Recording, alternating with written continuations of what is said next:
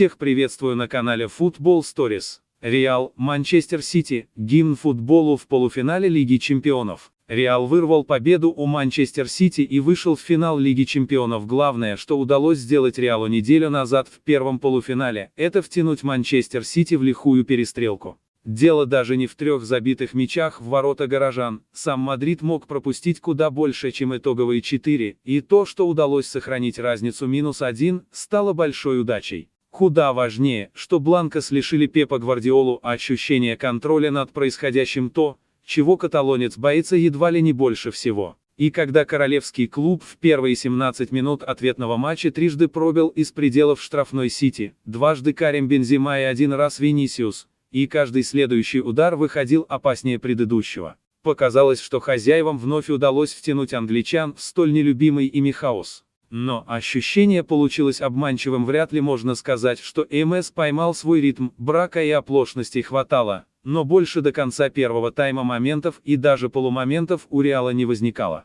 Гости не установили привычный уровень контроля мяча, всего 51 на 49%, но при этом старались действовать максимально надежно. Показательная деталь: в первые 45 минут англичане выполнили больше длинных передач, 31 против 25 у Реала. То, что команда Гвардиолы умеет и подсушить, если нужно, показала другая встреча в столице Испании 3-недельной давности, против Атлетико.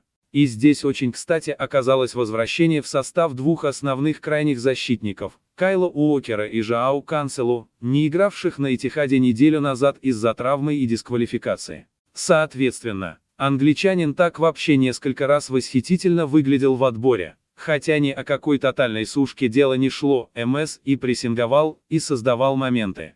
Пару раз Тибо Куртуа потащил, особенно в эпизоде с ударом Бернарду Силвы с угла вратарской. Но в целом, если бы нужно было объяснить, что такое максимально плотный и интенсивный футбол, то проще всего просто показать первый тайм этого матча. Реал же свой лучший шанс, как думалось, упустил на 20-й секунде второго тайма. Мадрид поймал гостей на высокой линии обороны и забросе за спину, но Винисиус, замыкая дальнюю штангу, элементарно не попал в ворота. Забеги бразильца вообще смотрелись эффектно, но вот КПД их оставался низким. Уокер, пока хватало сил и здоровья, оставался надежен, в какой-то момент даже претендуя на звание МВП игры. А вот Сити забил ровно в тот момент, когда казалось, что Гвардиола решил добавить еще больше контроля и надежности, выпустив Илкая Гюндогана вместо Кевина Де Брюйне. Гости поймали Реал на неудачном прессинге, как раз за счет только вышедшего на поле немца. Перед Силвой образовался гектар пространства,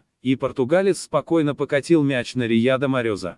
МС должен был забирать этот матч в основное время. Тот же Джек Грилиш с интервалом в минуту мог отправлять Реал в отпуск, но Куртуа после ошибки в голевом эпизоде снова включил режим Супермена. Но в целом Сити смотрелся лучше. Точно так же лучше была Бавария в том самом легендарном финале 1999, тогда она не имела права не прибить Манчестер Юнайтед.